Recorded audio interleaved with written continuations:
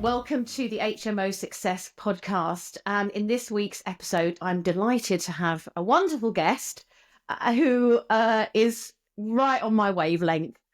She's an amazing woman. She has created a fantastic brand for herself and also for her tenants, more importantly. So today I'd like to welcome Caroline Pattinson. Hello, Caroline. Hello, Wendy. Thank you so much for having me on. I think we've been quite a long time in getting around to doing this, haven't we? We have. Well, you see, we're both busy, aren't we? We're both running businesses. We're family women as well. We've got other things that we're doing. So, yeah, it's been a while, but it's really good to have you here today. And I just want to really spend some time talking about your business, Chester Homeshare. But let's start a bit from the beginning, because for a lot of people who might not come across you, they might have seen you. You're quite prolific on social media. You've certainly been great at sharing the ups and downs, the joys, the low sides to developing property. So it'd be really good to understand, how did you get going in this business? What were you doing before you started developing HMOs?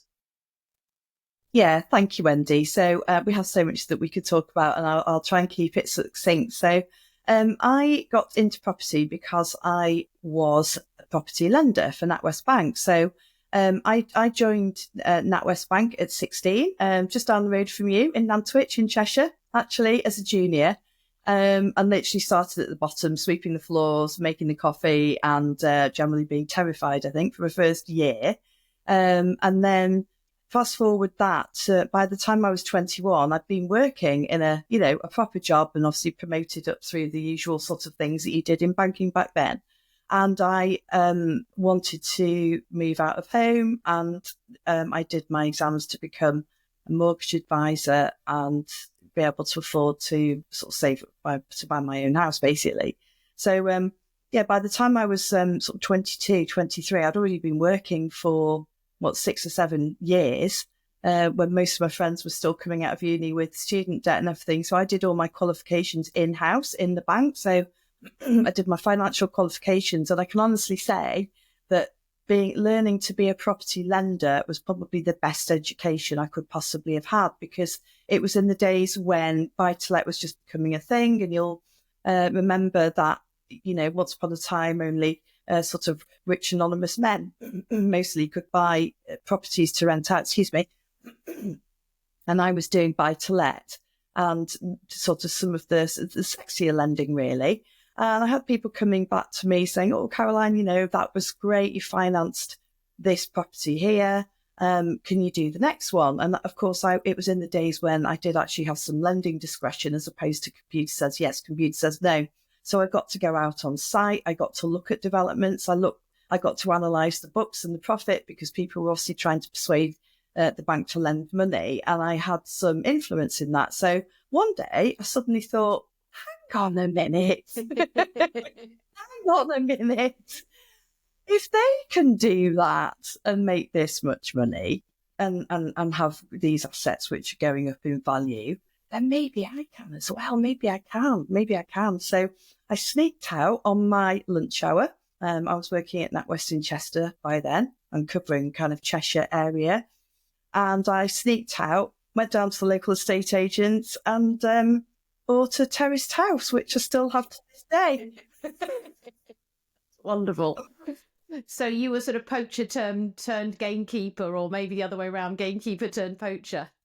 Yeah, and it had to be a secret, because in those days you were not allowed to have a side hustle or a business or anything, and it could have been considered a conflict of interest. Not really sure how, but so I had to keep it secret, and had to go and sit in front of other mortgage advisors and go through this process.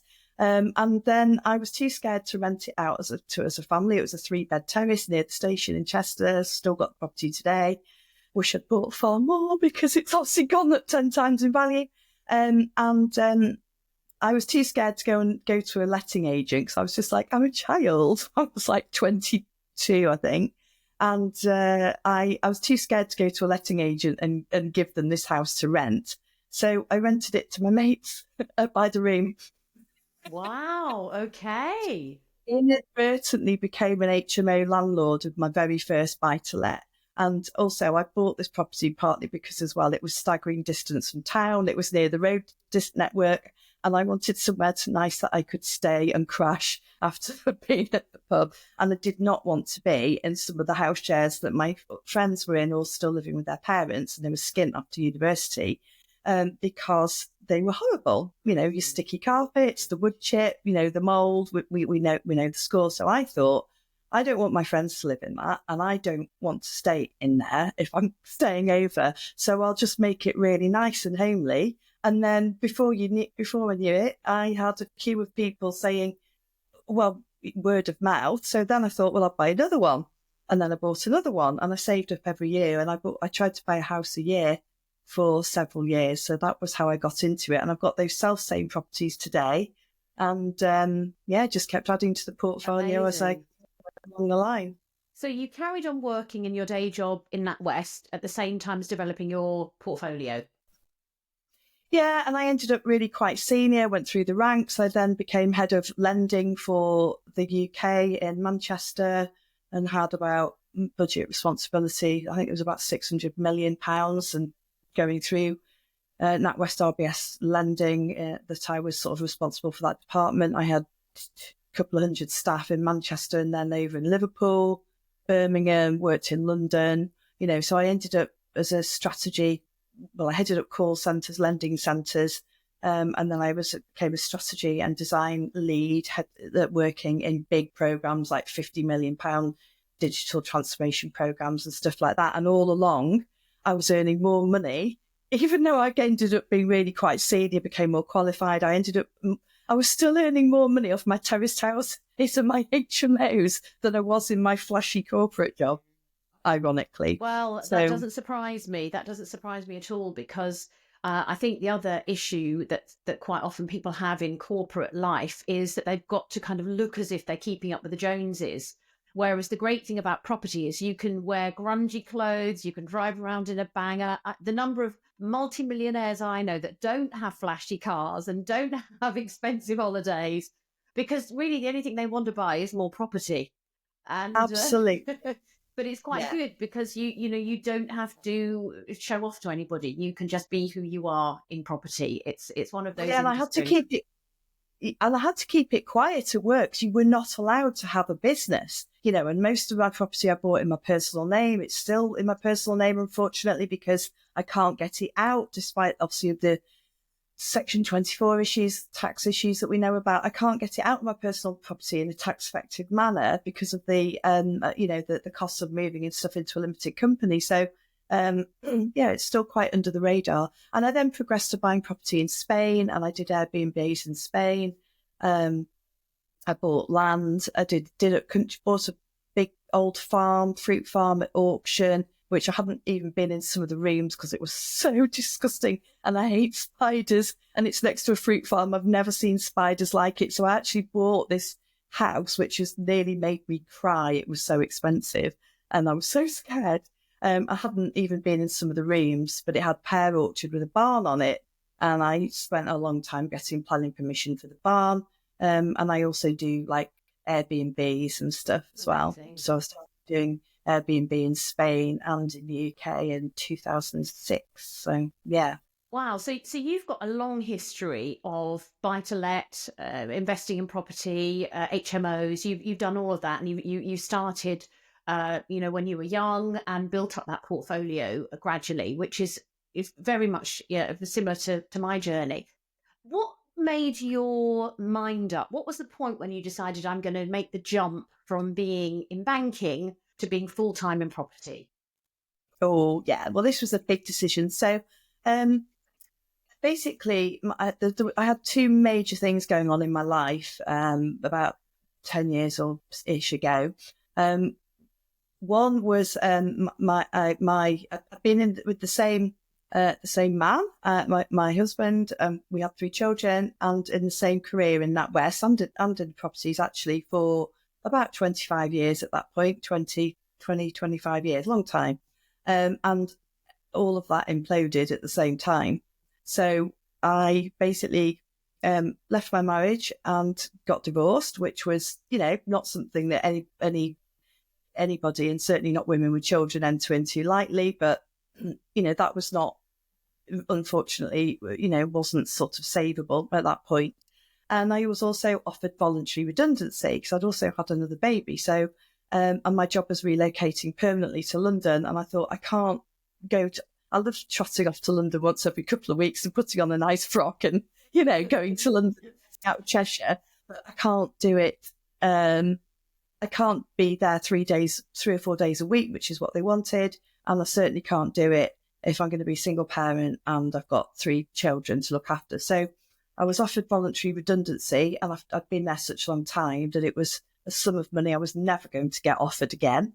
So I took the voluntary redundancy. So I'd say left my marriage, left my corporate career, having not really known anything different since I was 20-odd-ish years old, and started again. And then, of course, I needed to support myself. So I and my kids. So I decided basically to take my voluntary redundancy severance package, which was extremely generous because I've been there forever.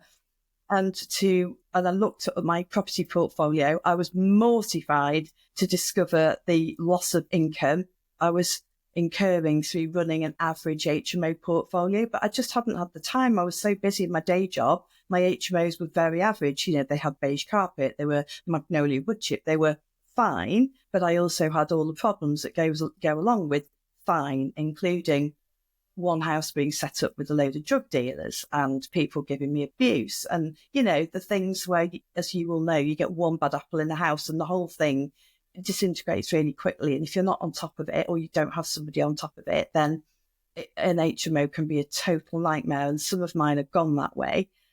So I decided to go posh. I basically decided to invest all the money that I had from my severance from the bank, and some other money that I had saved up, investments and shares and stuff. And I decided to cash in every penny that I owned and just to go for it with the properties. And I decided to take them posh. One, because I realised that they really did need some investment. 2, I looked at the tenant and the customer experience out there, and you don't have to spend long on spare room to look at the competition and realise how awful it is for tenants trying to find somewhere nice.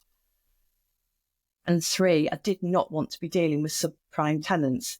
I've had my days of having to get threatened with a knife by a big burly Brazilian chef and blocked in a room, and throwing out drug dealers by myself because the police wouldn't come. And, the list goes on. I've done all of that. I can do it.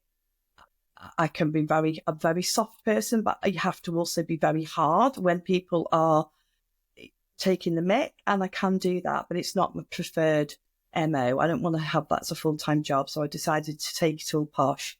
And I did one house first. I thought, no one's going to pay this. No one's going to pay 30% for a room in a terraced house. Same properties. And they did. And then it just went from there. And so I decided to just buy more and more and replace what I'd lost in the divorce settlement as well, because I had to give away some of my property. It sounds like life kind of you came to a crossroads in your life where your personal situation was changing rapidly. Obviously, your marriage broke down and you had some big decisions to make. And it sounds like really it was property that kind of in a way saved you from Absolutely. Going under. Yes, you did have the payout from the bank, but lots of people are made redundant every day, but splash it on, a lifetime trip to Las Vegas and never see a penny back. But you invested it in property, and that's kind of almost been a revolution, hasn't it? You've almost had this evolution because of hitting that crossroads. Yeah, absolutely. And the other thing that saved me, if you like, Wendy, as well, is that I was not over leveraged. So I'm going to be a little bit controversial here. You and I both see all the time this model which is out there everywhere and drives me nuts on training courses and people saying all money out, no money in, all money out. I'm going to say I find it bullshit. Sorry for the thing. I'm a bank manager, so I'm inherently cautious. I'm kind of an entrepreneurial bank manager, which is a bit of a weird thing. So I like to be to invest and to be entrepreneurial, but in a sensible way.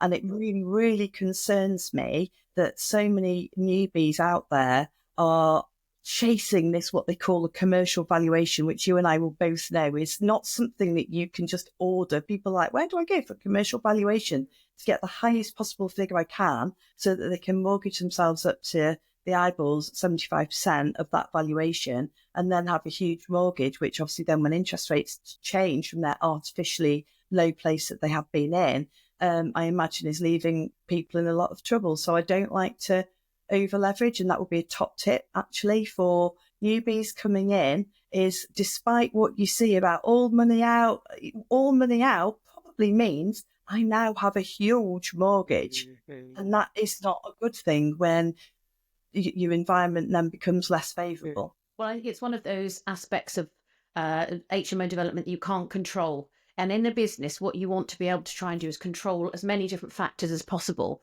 The one factor you can't control is interest rates. So why, therefore, create such a big risk in your business, which is reliant on low interest rates for your business to be viable? Surely, by not leveraging to that extent and giving yourself a bit more headroom, and as you say, Caroline, people don't like the idea. They're not comfortable.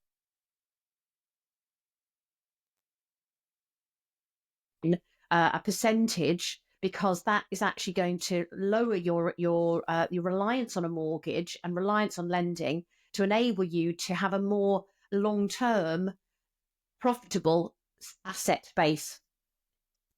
Yeah, absolutely. And I'm talking about this because again, I am, you can take the girl out of the bank, but you can't take the bank out of the girl. So I speak out actually at every opportunity about this because I think that, it is, use the word risk, I think that risk is really important. And I think that it's, people being mortgaged up to the eyeballs with stuff, and the environment that we're in is so subject to external threats that we can't control. Obviously, our favourite topic, renters' right bill, being just one, potential oversaturation of the market being another, just relentless regulation, legislation, all of which it has cost. And as interest rates, it isn't a desirable thing, in my view, for business to have loads of mortgages around your neck. Yes, we need to invest. Yes, we need to borrow money to do that. And then when I say mortgage, obviously, if it's with a private lender, someone's likely to be paying even more than they are to a bank potentially. So I think not being mortgaged up to the eyeballs, if you can, is an important balance to strike.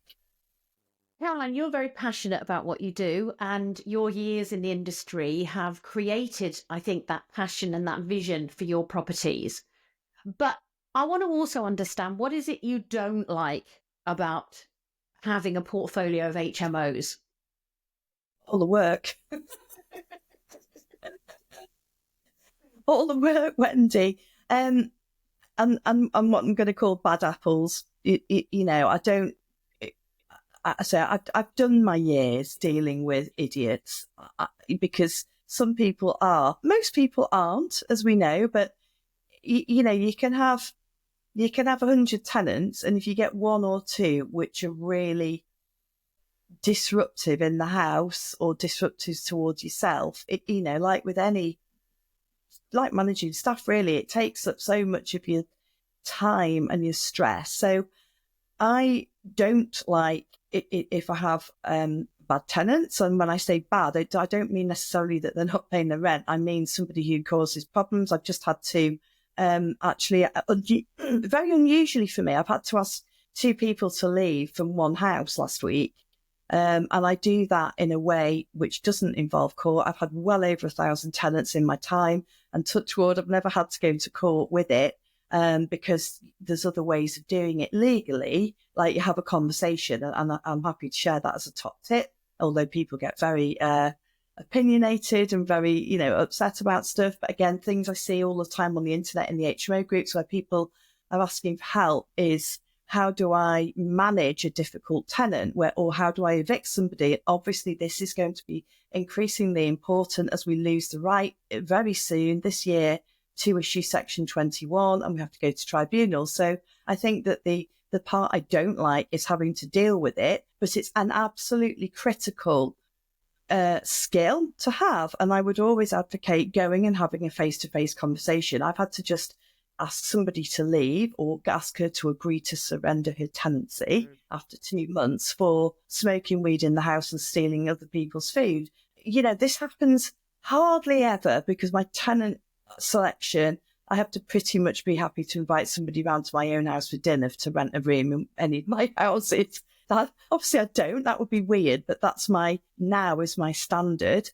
And it isn't nice to have to deal with those things. But I think again, I see so many landlords going, oh, this person's really abusing situation, causing massive problems, potentially threatening other people in the house. And they're like, oh, I've sent them an email. Like, no, it's not assertive enough. No, you're absolutely right. So I think that part and all the regulation is just a nightmare. So you manage all the properties yourself, your portfolio, don't you? I have a team of staff, and they are fantastic.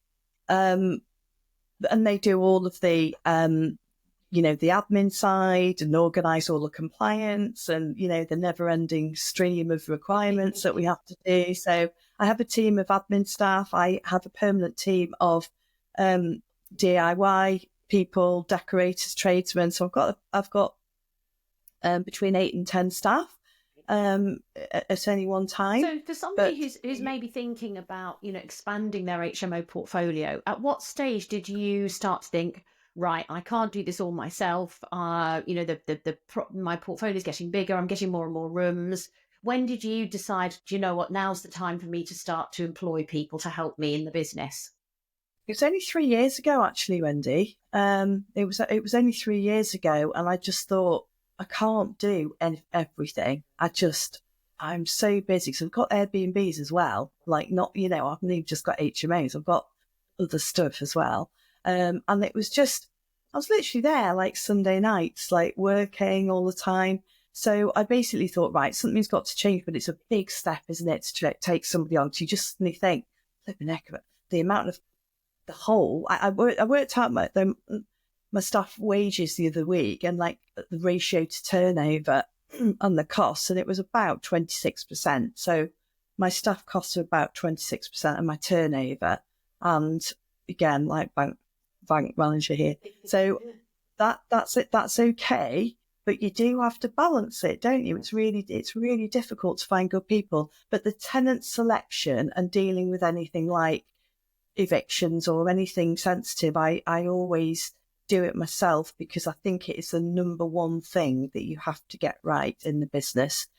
Because if you, and increasingly so, as we're not going to be allowed to use Section 21 to evict anybody either, if in doubt, don't go there. Any red flags, anything. And I've just got very, very good at doing that over the years. I'm sure you have as well.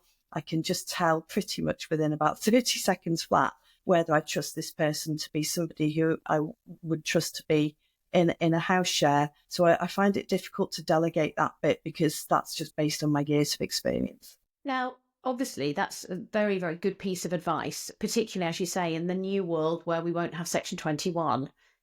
Choosing your tenants wisely is absolutely critical, I think. And I think people are going to have to become more and more switched on to that. You can't just take anybody and think, well, if it doesn't work out, I'll evict them, because it's going to be much harder to do that. So the whole choosing the right tenant, and that's what you've been very hot on for a number of years. You've sort of, been talking about that for a long time. What about for tenants looking for HMO rooms or properties to rent, not just HMOs? Have you got any top tips for those tenants to be ready for the Renters' Rights Bill? Oh, this is such a great question, Wendy, because I think there isn't enough emphasis put on the tenant's point of view, actually. And actually, Sam Cook, who you and I both know well from Blue Bricks magazine, is going to be interviewing some of my tenants because I've said, look, rather than me talk, I talk all day long. I'll talk as long as you want. But actually, I won the Tenants Choice Award at the HMO Awards a couple of years ago, and obviously the Co-Living. Why don't you talk to them? And then my Google reviews are really important as well.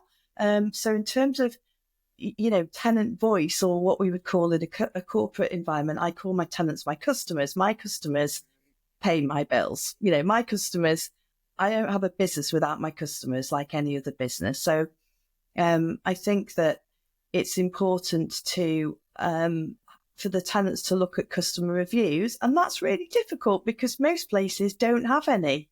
What are they signing up for? If you buy a washing machine off Amazon or Currys or something like that, you've got probably 5,000 customer reviews that tell you the pros and cons of something, which is, I don't know, you can put toilet roll into Amazon and you'll get people's opinions on it. And yet when people are signing up for a home, the biggest expense they're likely to have, and they're committed to it, how do they know? How do they even know what they're letting themselves in for? How do they know who the landlord is? So I make sure that I am visible. They know who I am. I've got like a little introduction video because I think, I want the tenants to look at me and go, okay, she's my landlord. There's a face to a name. They'll either like me or they won't. That's fine because it needs to be the right fit.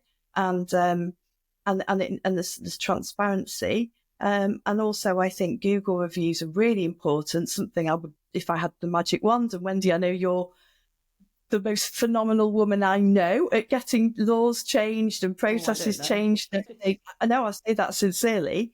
If I could sort of clip my fingers and do something, it would be that instead of having all of this oppressive regulation, which is forcing landlords and decent investors out of the business and making the supply and demand worse, we would have a simple star rating like we do on Airbnb or Amazon or anything else, because that in itself would regulate the market between, I don't like this overused media phrase, but between good landlords and good properties and bad landlords and bad properties. It would regulate itself really, really quickly without all of this licensing and everything, which I think is particularly excessive. So I think that tenants, customers should know who their landlord is. I sell nearly all my rooms online now. Barely do any viewings. That was a deliberate strategy that I took. I don't want to be doing viewings. I don't want to be paying anyone else to do viewings. So most of them just go online and it's backed up by the Google reviews. Oh, and having a living room, really important. Okay, so Wendy, you've just asked me a really great question, which is what should tenants or prospective tenants be looking out for when they're renting a property? And I think it's a minefield. And any other, as a customer, if you're buying even toilet roll off Amazon, you can get thousands of reviews from people giving about an opinion from which you can draw a judgment on value and quality and whether you want to buy that product or not. And yet when it's the biggest commitment that somebody's likely to have, their most important thing, their home, which they're legally committed to, there's virtually nothing out there. And I feel very strongly that this is something which could be self-regulated through the industry instead of the government hitting us with constant regulations, which forces up costs, which drives down the supply and the demand so that tenants have even fewer choices, because many of I dislike intensely the overused media phrases of good landlords and bad landlords and good tenants and bad tenants. But, we understand what we mean by that, so I will reluctantly go with it. But if we have a star rating in the industry, like Airbnb or Amazon or any other platform, that in itself would allow to tenants, who I like to call customers because it's a business, they're my customers, to see very quickly what they are in for. Are they going for a 2-star property because they're on a budget, or are they going for a 5-star property because they want to the all singing, all dancing? That's the end I operate in. They would be able to see if the landlord is responsive, because the star ratings would, or the agent is responsive, because the star ratings will very quickly make people either up their game or not. And I think that would be far more effective than any form of regulation, pretty much, that can be forced upon us, which just makes the situation worse. So my advice to tenants and customers would be, who is your landlord? Can you even get hold of them? Are they willing, are they even willing to put a name to a face to you? Because if they're anonymous from the outset, perhaps because they use an agent, for example, they're likely to be anonymous if there's a real problem in the house, potentially. Is there a living room? I think a living room and living space in an HMO particularly is really important. And and what is the quality of the house, not the EPC rating, not the license, not the, God knows how, not if it, the Hoover was pat tested last week. Mine was, but those are not the things. People want to know, are they safe? What happens if the guy next to me turns out to be a violent drunk? I have a lot of females in HMOs, which tends to be male heavy, because I talk to them and I say, I can assure you, I know as a 23-year-old female, what you're sharing a bathroom potentially. I know what you want to know. You want to know that I'm not going to have somebody who I feel uncomfortable or even afraid of. I can tell you now that I regulate all of that stuff to the best of my ability in the house, and I understand what those concerns are, and nothing will get past me. Nothing will get past me unless I've made serious error of judgment, which doesn't happen very often nowadays. So, and they just go, where do I sign? They don't even want to see the room because they feel safe. It's Maslow's hierarchy of needs. So, yeah, I'm very passionate about this. I think it's great. And I think it's also, you're absolutely right about the market, that we need competition in the market because it drives up standards. But also it means that you give choice to people. And for some people who the only barrier or the only choice is about price, well, if they want to go for a lower price and a lower standard, they can.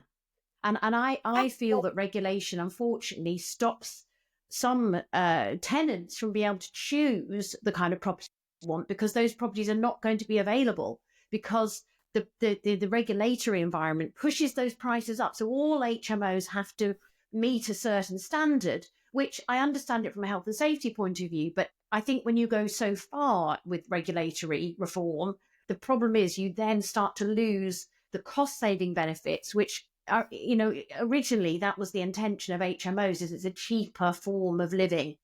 So no, I think you make some really excellent points there, Caroline, and I can see that you're standing up really for tenants' rights as well as helping landlords in your position, which is great. Yeah, absolutely. I invite all my tenants to leave Google reviews and what have you. But like any business, because we are a business, please, Chancellor. Yes. Then what your customers say about your service and your product ultimately dictates your supply and demand. So mine are sold out. My strategy is not to hike rents through the roof. My strategy, and I will again bang on to this for anybody who, all the newbies and people who were struggling. Somebody put a comment in one of the Facebook groups last week. How can I raise rents or save costs? Because my mortgage is killing me. And I said, well, and there's loads and loads and loads of comments about put the rent up, cut the cleaners, whatever. And I said, no, before you do that, my strategy is 100% occupancy, no voids by default. So 0 voids, 100% occupancy, no arrears, no late payments. And I don't have any. I have none. Somebody moves out in the morning, the room is clean, somebody moves in. And probably because I run hotels and like stuff as well, like maybe I'm more of that hospitality mindset. But when I realised that, when I went full time into property and I looked at my portfolio, I thought an occupancy rate of 90% was okay. It wasn't. I would have had to buy 2 more houses with an investment of about £800,000 to make the same financial gain than just closing down those gaps. And there speaks a businesswoman. That is a businesswoman, ex-NatWest Bank manager speaking.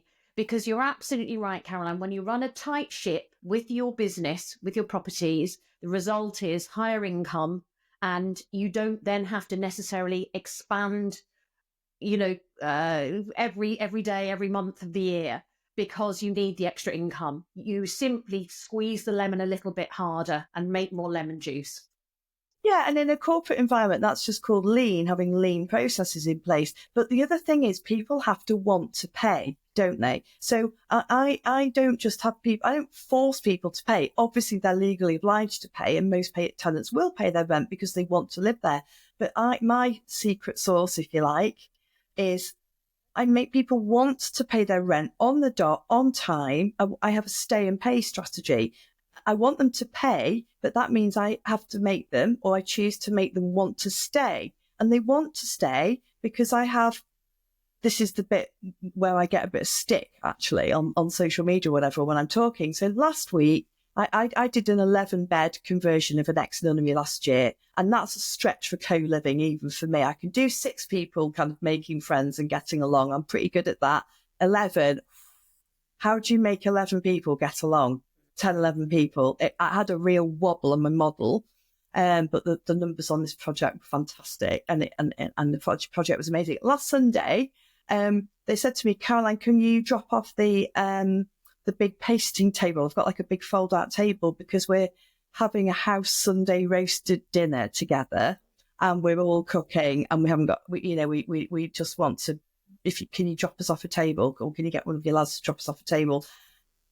Some people laugh at me like that, but that makes my heart sing because they're really happy, and I've done it, and I've still managed to do it with 11 people, which was, even I was thinking, I'm pushing the boundaries of co-living here, and they're choosing to do that, and they've recommended other people to come in because I've got the right tenant mix, so they want to stay, so they pay the rent on the dot like that because they're happy. And any business needs to keep its customers happy, no matter how squeezed the supply and demand is. And that's why you have such tremendous Google reviews. That's why you get such good feedback from your customers, and that's why people love your brand, Chester Homeshare. It's a very powerful brand that you've developed, Caroline. I think it's incredibly impressive what you've done. For the final question, I want to just look to this year, 2025. What are your thoughts about this year? What are your goals in your own business? And how do you see the next kind of 9 months panning out? Oh, how much time do we have left? We could talk for the rest of the day, dearie. Absolutely. Okay, so I'm going to talk generically first of all. Renters' Right Bill, I have extremely strong opinions, which I suspect are very similar to your own, and you are doing a tremendous job, and thank you for organising the conference for the summit on the 1st of May in the Midlands and in Birmingham, where we can all try and stand up and do something about this, because obviously this is not about doing a bad deal for tenants. We want our tenants to be happy. I said I'd spend a fortune on my tenants to make sure they are happy. I'm organising a Chester Races event, and I'm going to pay for them all type of drinks to go to Chester Races if they want to go. I know that isn't essential, but on the flip side of that, the regulation honestly is driving us into the ground on. You have to be really determined to want to do this job, don't you? Yes. Because it's so demoralising. I'm a bank manager and a landlord. I'm hated in the media for being both of those things. I go out of my way to try and treat people with respect and to give them, a good customer experience. But yes, obviously, at the end of the day, I'm here to make a profit, and plenty of it. But the regulation is of great concern to me, and I think that the tenant is going to suffer, because anybody who understands what these regulations mean will no longer take on somebody who they might previously have given a chance to. I've got tenants who would no way get through an agency. I'm supporting somebody through a job loss at the moment, and I've just said, look, it's fine. Don't pay your rent this month, because I'm choosing to do that, and she's communicating with me, and I'm making an arrangement. But if she was, and I'm sending, I've organised for her to go to a different house, which is cheaper and near her new job, so she can stay with me at a time when she feels really vulnerable, and under the new regulations, I don't think landlords will be able to take a punt on somebody like that, because we will not have the right to manage our business. And so I think the regulation is massively important. I got rid of all my family buy-to-lets some time ago, because the business risk for me, but from the Renters' Right Bill, is so great. I will no longer house families because the risk is too big. And you won't be alone, Caroline. You won't be alone. And you're absolutely right. This is the challenge that I don't know that the government have actually recognised, because most landlords have just a small handful of properties.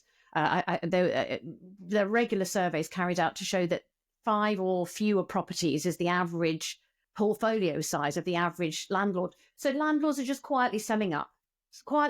And every month there are more and more buy-to-lets that go back on the market and are sold and don't go back into the buy-to-let marketplace. And so that's why rents are going up, because there's less choice for tenants and there's less availability. Yeah, and just to clarify before somebody jumps on me and says it's illegal to discriminate against families, because somebody's bound to, I'm not discriminating against families, just to be really clear. I used to have, I used to have normal buy-to-lets, family homes rented on a single tenancy agreement. I basically sold those and reinvested that money into HMOs and into other investments, because the risk posed by the government is too great, and the financial return is too slim. It would, to me, it's not a viable business. The risk is just too great. So regulation is massive. And on a personal note, I am focusing on streamlining my business more, because I've never got my website together or anything like that, because I'm always full. So doing any of the marketing and branding and stuff is really keeps falling down my priority list. I'm trying to get my act together and streamline stuff for the team. And also a big focus for me is on not having to do the viewings and everything being automated, so that tenants are still getting a personal experience, but without me having to either go myself or pay somebody to go and do move-ins and things like that. So I'm automating it all onto videos, and I sent you a video actually before our call today of the ex-Nunnery that I did. And we'll see. I'm back on podcasts. I'm starting to get back out there again after a quiet year last year. So yeah, quite excited to do that. I've got buying another house at the moment. It's just going through legals. Exciting. Well, you had a very big project last year, and actually, while yes, you were perhaps a little bit quieter on the socials, when you came back with aplomb. I'll try and cut in some of the video that you sent me into this recording. It won't be on the podcast, but it'll be on the YouTube channel, because the Nunnery does look absolutely exceptional. Caroline, what a fantastic project that was. You made such a good job of that. Absolutely beautiful. I love it.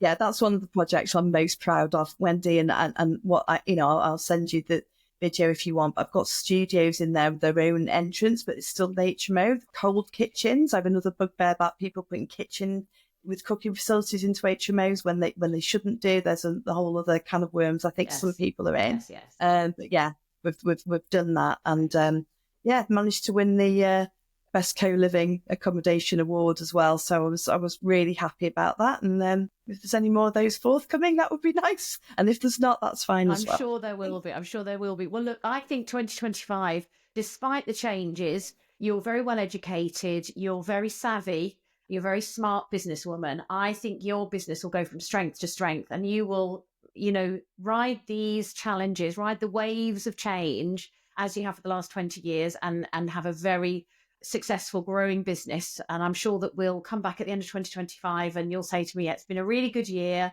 Things have happened, but it's been very successful, because that's what you do, Caroline. And thank you very much for what you do for the industry, setting the standard, pushing the way forward, and being a shining light of a woman in the industry, being who you are. You're very personable, you're very warm, you're caring, but you're also businesslike. And I think that's a fantastic yardstick for any person who's thinking about getting into HMOs. You can be who you are, you develop your own brand from who you are, and you're a really shining example of that. Well, that's very kind, Wendy, and likewise to you as well. Thank you so much, and thank you so much for inviting me today. I've really enjoyed chatting with you. Me too. It's been absolutely great. See you soon, Caroline.